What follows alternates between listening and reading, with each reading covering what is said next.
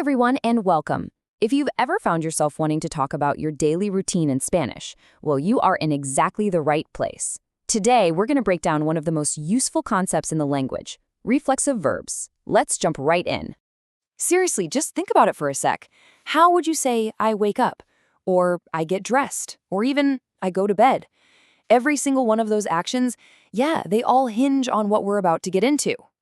So first things first, what in the world is a reflexive verb? And it's actually pretty simple. At its core, it's all about actions you do to yourself or for yourself. This is the main idea we're going to build everything on. See? It's a really simple idea, but it's super powerful. The person who's doing the action is also the one receiving it. Think about it. When you wash your hands, who's doing the washing? You are. And who's getting their hands washed? You are. The action, well, it reflects back on you. Easy, right? Okay, so to actually use these verbs, you're going to need a special toolkit. And that toolkit is filled with something called reflexive pronouns. They're absolutely crucial for showing who the action is reflecting back on. And here they are. This is your whole toolkit. On the left, you've got your Spanish pronouns, me, te, se, nos, and say again. And on the right, what they mean in English. You'll notice say is kind of the workhorse here. It does a lot of heavy lifting for himself, herself, themselves, and even the formal yourself. Getting these little words down is the key to the whole thing. All right, so we've got the what and we've got the how.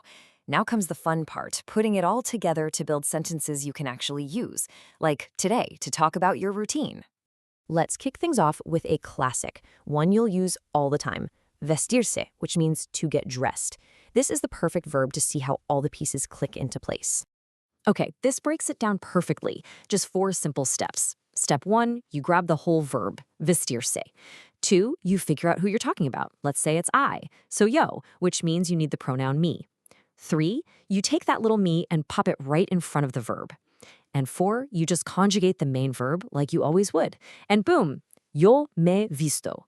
I get dressed. You're literally saying, I dress myself. And getting dressed is just the start, right?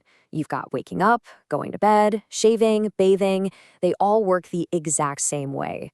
These are the bread and butter of talking about your days, so they're absolutely essential to know. All right, you getting the hang of it? I hope so, because we're about to level up. We're going to tackle something that trips up a lot of people. What on earth do you do when you have 2 verbs right next to each other? Okay, listen up, because this is the golden rule. This is a biggie. When you've got 2 verbs hanging out together, you only conjugate the first one. The second verb, our new reflexive friend, you just leave it alone. That's right, you leave it in its original to do something form, the infinitive. And this rule is what lets you build much more interesting sentences using these common helper verbs. We're talking about words like querer, to want, necesitar, to need, or ir a when you're talking about what you're going to do. Whenever you see one of these, it's a huge clue that the reflexive verb that comes after it is going to stay in its original form. So here's the real magic trick, the part you absolutely have to remember. Instead of moving the pronoun to the front, that little pronoun, it gets glued right onto the end of the second verb, the infinitive. Look at the correct one. Yo quiero ducharme. See? We conjugated querer, but we left duchar alone and just stuck the me on the end. The wrong way, yo quiero me ducho, just doesn't work because you're conjugating both verbs. Okay, we've covered a lot of theory, but you know what they say, practice makes perfect. This is where it really starts to stick. So let's do a quick quiz to lock in this new skill. You ready? All right, first up, you've got tú, querer, and acostarse. How would you say you want to go to bed using the informal you? Go ahead, pause if you need to. How would you say it? Did you get it? The answer is tú quieres acostarte. See? Querer gets conjugated to quieres, and the te just latches right onto the end of acostar. Perfect. Okay, let's try another one. Nosotros, necesitar, and despertarse. How would you put that together to say, we need to wake up?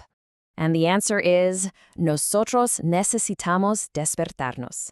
We conjugated necesitar for nosotros and stuck that nos on the end. You're seeing the pattern now, right? It's pretty straightforward once you get it. Okay, last one for all the marbles. Ella, pensar, and vestirse.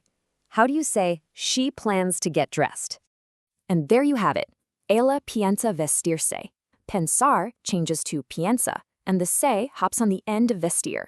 You've totally got this. You just nailed the two-verb rule. So look at that. You now have the building blocks, the tools, and the rules to talk all about your day in Spanish. The only thing left to ask is, what's the very first sentence you're going to build with these new skills? Thanks so much for joining me.